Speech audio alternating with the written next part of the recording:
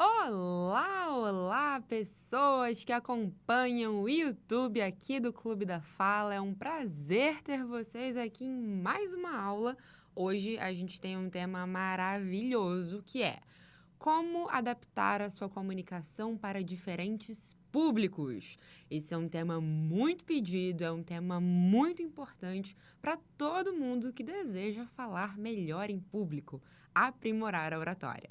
Eu sou a professora Ig Hartmann, é meu nome, não é meu apelido, é meu nome. Eu sou professora de teatro, sou atriz, sou dubladora e sou professora de oratória aqui do Clube da Fala. Junto comigo tem o João, dá um oi aí, João. Oi, pessoal. Ele fez assim também, vocês não vão ver, mas a comunicação não verbal do João tá on e ele tá ali atrás, junto comigo, porque a gente não faz nada sozinho. Então hoje vamos passar esse conteúdo maravilhoso para você que tá aqui. Então comenta, vai falando aqui o que você achar. Beleza? Bora lá. Gente, adaptação de linguagem. Uma das ferramentas que a gente tem para poder falar sobre adaptação de linguagem e que a gente utiliza aqui no Clube da Fala é o DISC. Você já ouviu falar do DISC?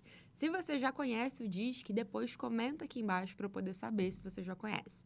Se você não conhece, vai saber a partir de agora o que é. O DISC é uma ferramenta, é uma metodologia de análise de perfil comportamental. E ele pode ajudar a gente a entender melhor a nossa própria comunicação para que a gente possa adaptá-la para diferentes tipos de pessoas, diferentes públicos. É uma ferramenta super importante, super necessária. O DISC, ele foi criado por um psicólogo chamado William Moulton Marston, que inclusive é também o criador da Mulher Maravilha, um dos criadores do Polígrafo, era uma criatura apaixonada por comportamento humano, e ele criou o DISC. DISC é um acrônimo para 4 perfis diferentes, 4 fatores comportamentais, que daqui a pouco eu vou te falar quais são, mas a ideia da gente utilizar o DISC aqui no Clube da Fala é para ser, como eu acabei de falar para vocês, uma metodologia, uma ferramenta de autoconhecimento, porque quando a gente se conhece melhor, a gente consegue mexer mais claro com a nossa comunicação, consegue potencializar aquilo que está bom, melhorar aquilo que não está tão bom e, posteriormente, adaptar a nossa fala para diferentes públicos, para diferentes pessoas. Nem sempre é o que a gente fala que muda, mas sim a forma que a gente fala. Talvez eu fale de um mesmo conteúdo, mas dependendo do meu público, dependendo de com quem eu estou lidando, eu vou precisar adaptar. Ô Ig, mas de uma forma assim intuitiva, a gente já faz isso, não faz? Faz. Se a gente se preocupa com a outra pessoa, se a gente quer se fazer claro, se fazer entender, a gente já muda, a gente já adapta. Mas o DISC vai te ajudar a fazer isso de uma forma mais consciente, de uma forma mais centrada. Ele joga luz sobre isso. Então, vamos lá. Já falei para vocês, o DISC, ele é essa ferramenta, essa metodologia de análise de perfil comportamental.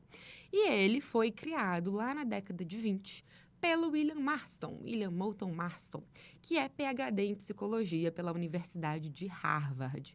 Ele vai, então, elaborar essa metodologia DISC e, mais tarde, outros psicólogos, outros teóricos vão começar a formular as primeiras avaliações. Aqui no Clube da Fala, por exemplo, a gente faz avaliação do DISC.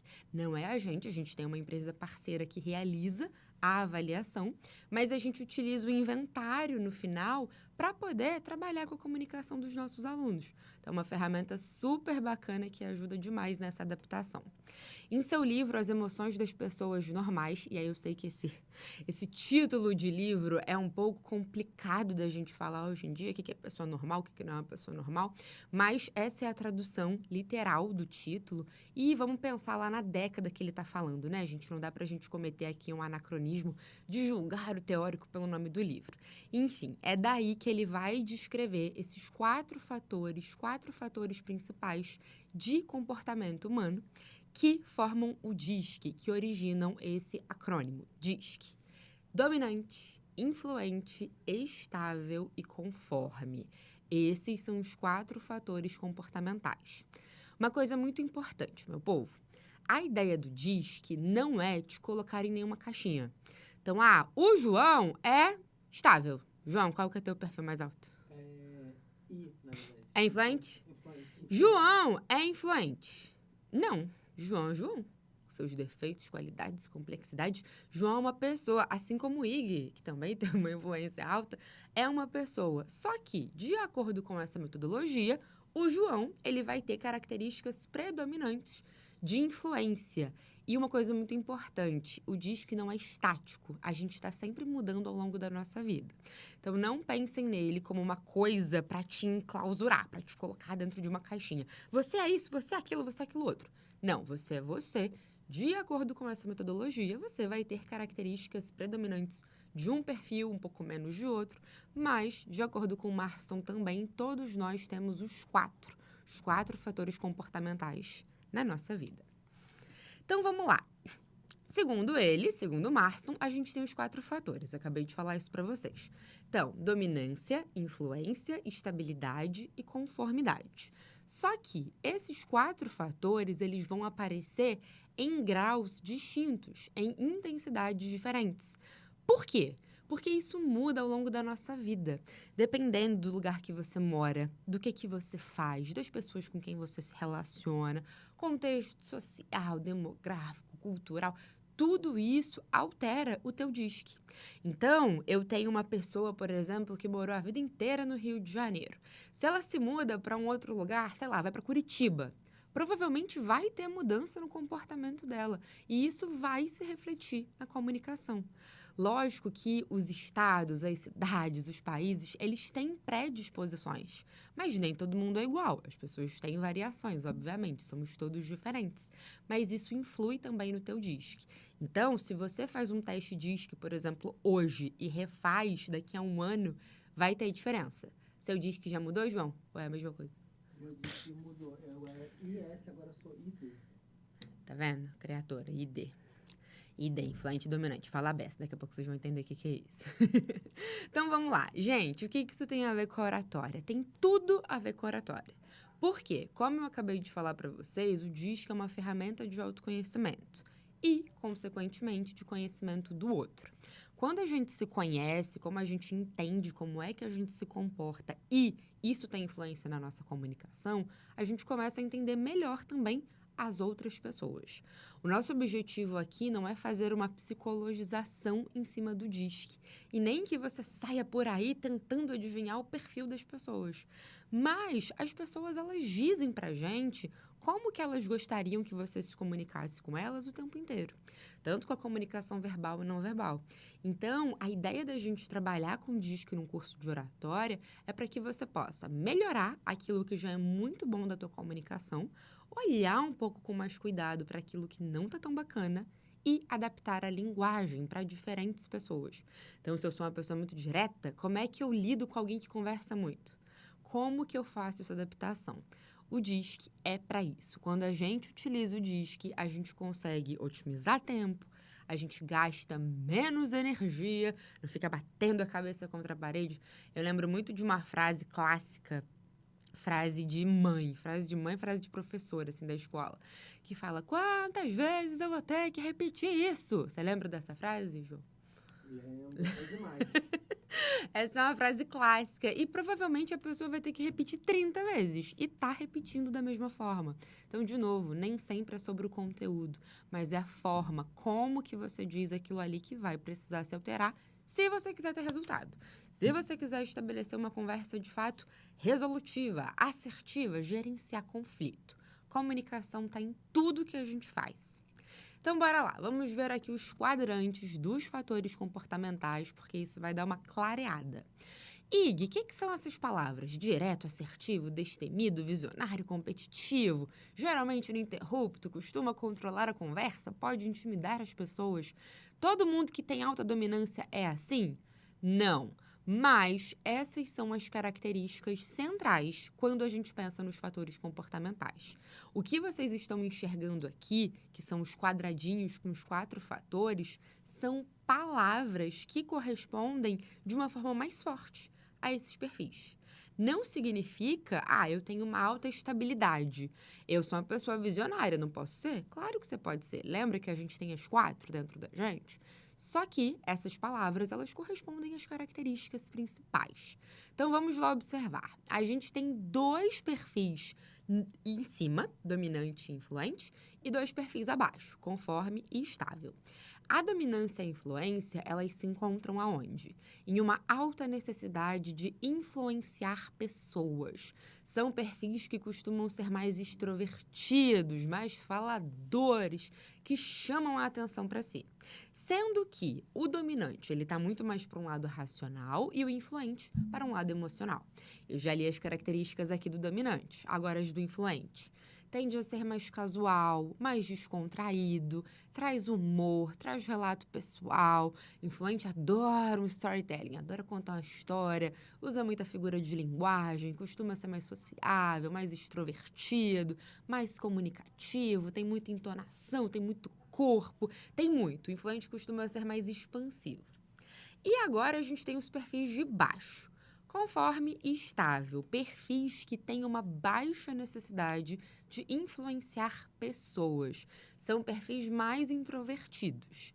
O conforme, ele é mais racional e o estável, ele é mais emocional.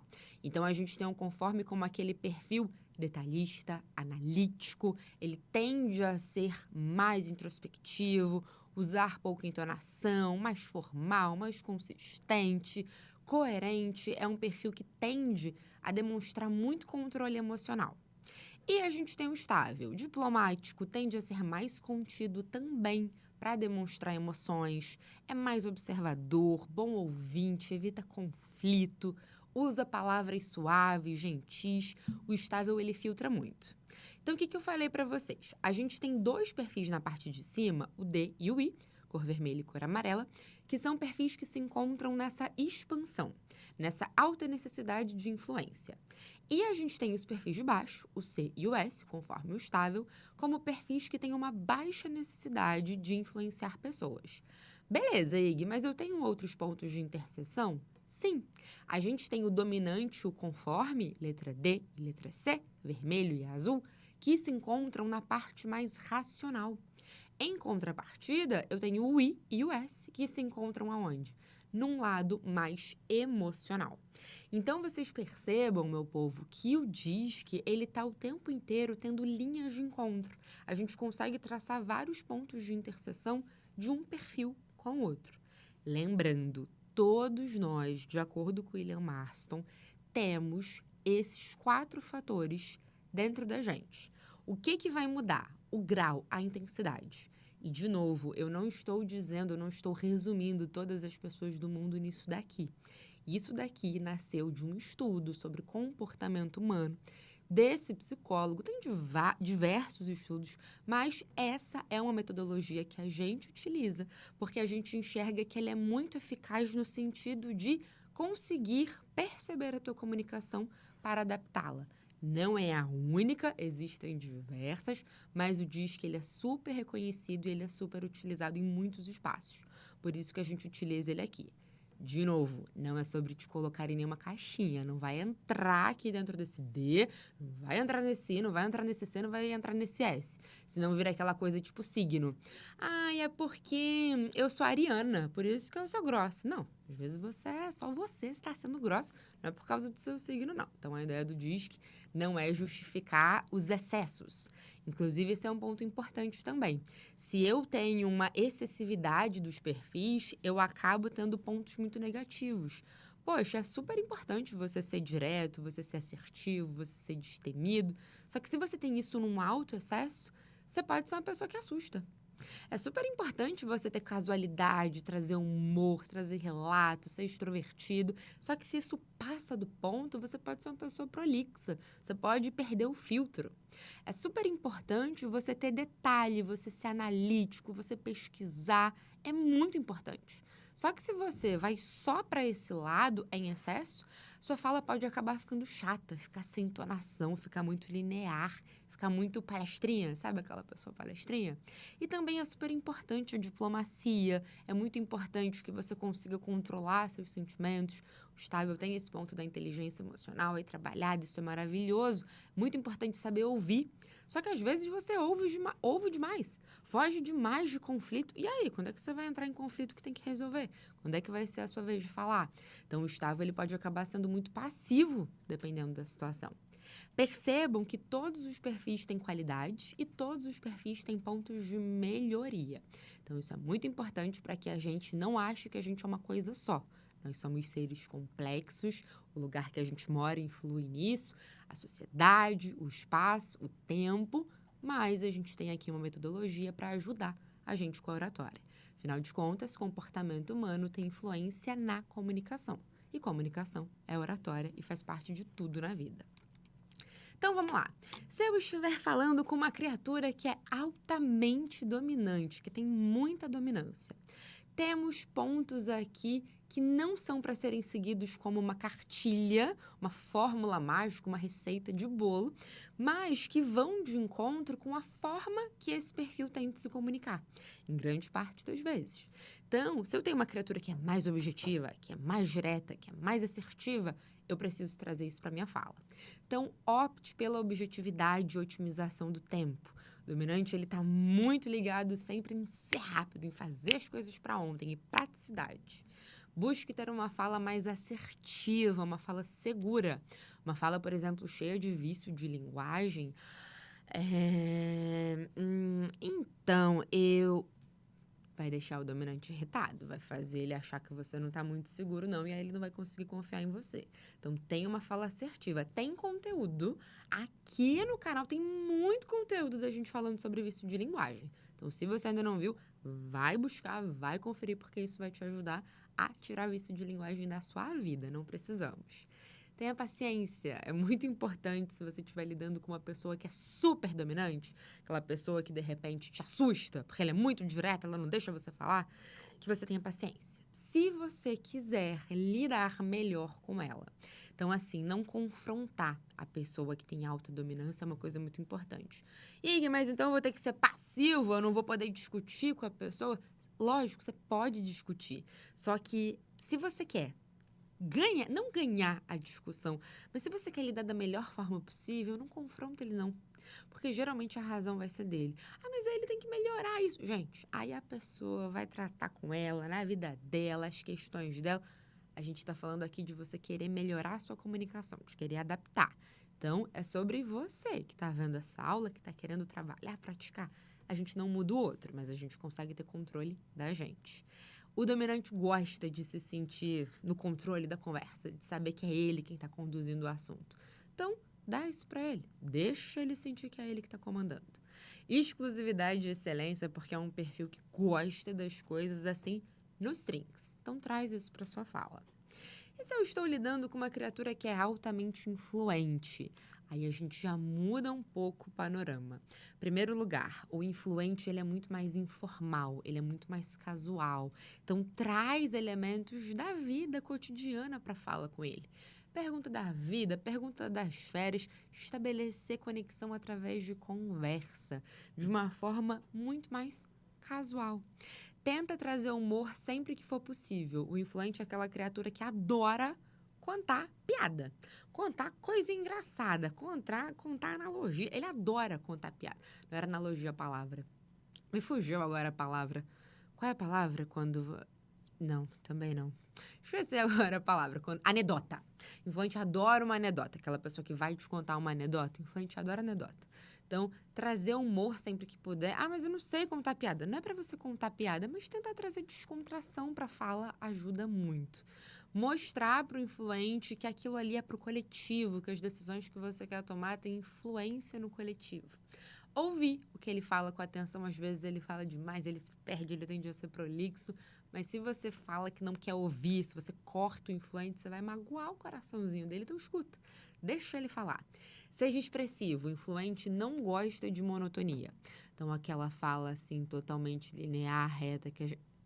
vai matar o influente do coração. Ele precisa de corpo, de tonalidade, de entonação. Ele gosta disso. Ele gosta de palco. Gosta de ser estrela. Então, traz isso para falar com ele. Evitar ser muito detalhista, por quê? Porque ele tende a se perder. Se você está lidando com uma pessoa que tem altos fatores emocionais na fala e você traz muito detalhe, e aí muito detalhe técnico ou muito detalhe lógico, ele vai começar a se perder, ele vai começar a viajar. Então ele pode ouvir várias histórias, mas não que sejam esgarçadas em detalhes, porque aquilo ali cansa ele.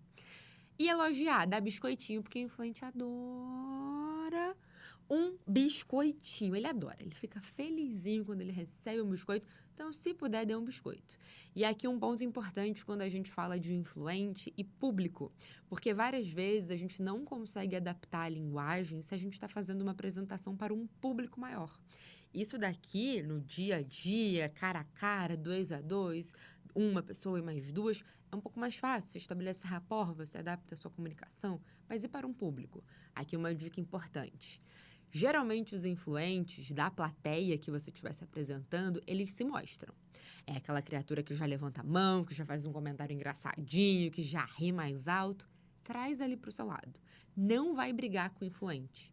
Não sei se vocês lembram da época da escola, que tinha um Pedro, tinha um Gabriel, tem um João, ou um João Pedro. Aquela criatura que a professora não pode brigar de jeito nenhum, senão ela vai estar comprando briga com a turma inteira. É o influente. Não vai brigar com o influente. Se está fazendo uma apresentação maior, tenta trazer o influente para o seu lado. Por quê? Como ele tem esse poder de expansão na comunicação, se ele estiver gostando, ele vai multiplicar as sementinhas. A chance de outras pessoas gostarem é muito maior. Então, traz o influente para o seu lado. Não briga com o influente, não. E para falar do estável, aí a gente continua no lado emocional, mas aqui muito mais tranquilidade. Gentileza, trazer... E gentileza para todo mundo, gente, mas para o estável isso pega 30 vezes mais. Então, assim, ter uma fala mais comedida, uma fala muito empática, praticar a escutativa. Uma pessoa que tem alta estabilidade, aquela pessoa que você olha e você fala, caramba, essa pessoa quer falar, ela quer falar, ela quer falar, mas ela tem dificuldade, porque ela está o tempo inteiro ali ponderando, pensando, filtrando, escolhendo as melhores palavras. Ai, será que eu falo? Será que eu não falo? Eu vou machucar a pessoa? O estável, ele tem essa dificuldade. E aí, quando ele fala, quando ele confia, ele se solta. Então, se o estável estiver confiando em você, não corta. Escuta ativamente, deixa ele falar. É muito importante deixar ele confortável para ele perguntar, porque para ele perguntar já é ali uma coisa difícil. Então, deixa ele perguntar, incentiva perguntas abertas, isso faz diferença. Evitar tomar decisão que influencie na rotina diária de uma pessoa que tem alta estabilidade. Pessoas que têm alta estabilidade são aquelas pessoas muito apegadas a terem uma rotina certinha, que elas fazem no tempo delas, que elas respiram. Se a gente mexe com isso, se a gente embaralha, isso já deixa a pessoa que tem alta estabilidade tensa. Então, evita. Evita trazer isso para a vida, se for possível. E se tiver que falar, se tiver que fazer, controla, mede, filtra muito as palavras. A gentileza, gente, obviamente, ela é de dentro para fora, mas ela também é de fora para dentro. Às vezes você vai falar uma coisa com alguém que na tua cabeça tá super tranquilo, que aquilo ali não vai magoar. E pode magoar. Você pode estar lidando com uma pessoa que tem uma alta estabilidade e para ela aquilo ali vai bater de uma forma ruim. Ela pode se magoar. Oi, mas não foi nada demais. Para ela foi. Então, assim, filtra as palavras. A gentileza também pode estar na sua escolha de boas palavras, de tom de voz, de cadência, de volume, de corpo. Realmente é importante fazer esse filtro, ter aí esse controle. Enfatizar a importância da coletividade e mostrar para essa pessoa que ela é fundamental para o todo. Uma pessoa que tem alta estabilidade geralmente tende a ser uma pessoa que está sempre impulsionando outras, mas que tem uma dificuldade de impulsionar ela mesma. Então, quando você joga para ela que a importância dela, que ela é importante, que faz diferença, que aquilo ali vai ser bom para todo mundo, inclusive para ela, porque ela faz diferença, isso bate de um jeito muito bom. Então, o estável, ele precisa dessa confirmação de quem está do outro lado. Estou lidando com uma pessoa que tem muita estabilidade, escutativa, gentileza, tranquilidade, serenidade na sua fala. Tá bom? Por fim, último perfil, que é o perfil conforme. Estou lidando com pessoas mais analíticas. O que eu faço? Pessoas mais formais, mais certinhas, certinhas, que gostam muito de organização, que são sistemáticas. Aquela pessoa que você não pode errar uma vírgula ou chegar 1 minuto atrasado que você vai matar ela do coração. Optar pela formalidade. Trazer dado para a fala, trazer elemento concreto, racional. Isso faz muita diferença quando eu estou lidando com alguém que tem alta conformidade. Eu preciso me preparar minuciosamente. Isso tem que estar na minha fala. Às vezes eu estou preparado, mas eu não entrego isso na fala. Para uma pessoa que tem alta conformidade faz diferença. Você colocar na sua fala que você se preparou, que aquilo ali tem detalhe, tem lógica, tem muito embasamento, tem muita fundamentação. Isso faz diferença. Cumprir os prazos, pelo amor de Deus, cumprir prazo é importante para todo mundo, mas para alguém que tem alta conformidade, muito mais. Se você descumpre um prazo, descumpre um compromisso, você mata essa pessoa do coração, ela fica arrasada. Tem que cumprir prazo. Detalhista, precavido, mas sem devagar. Não é para ficar devagando, senão ele vai perceber que você não se preparou, que você não estudou, não pesquisou e que você quer enrolar. E aí não faz sentido nenhum. Controla o corpo. Pessoas aí que têm uma alta dominância, que têm uma alta influência, controla. Não é para virar um robozinho, não.